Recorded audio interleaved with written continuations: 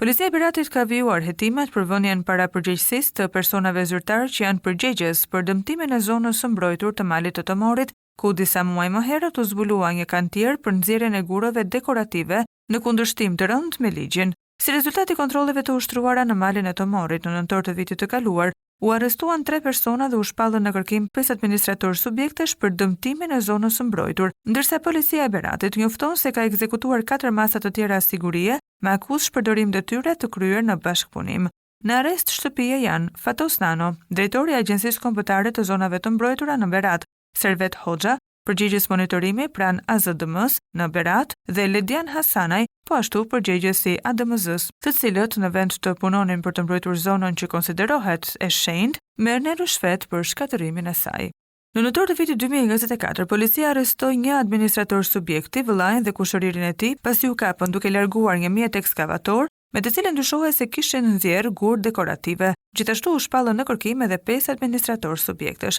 Mali i Tomorit është një nga vendet më të shenjta për besimtarët shqiptar. Ky mal është i njohur për manastirin e Tomorit, i cili është një pikë e rëndësishme pelegrinazhi ku besimtarët udhëtojnë çdo vit për të kërkuar shërim dhe për të realizuar lutje për shëndet dhe paqe. Manastiri, i ndodhur në lartësi të malit, është një simbol i lidhjes shpirtërore që njerëzit kanë me natyrën, me fuqitë e larta që ata besojnë se i drejtojnë jetën e tyre.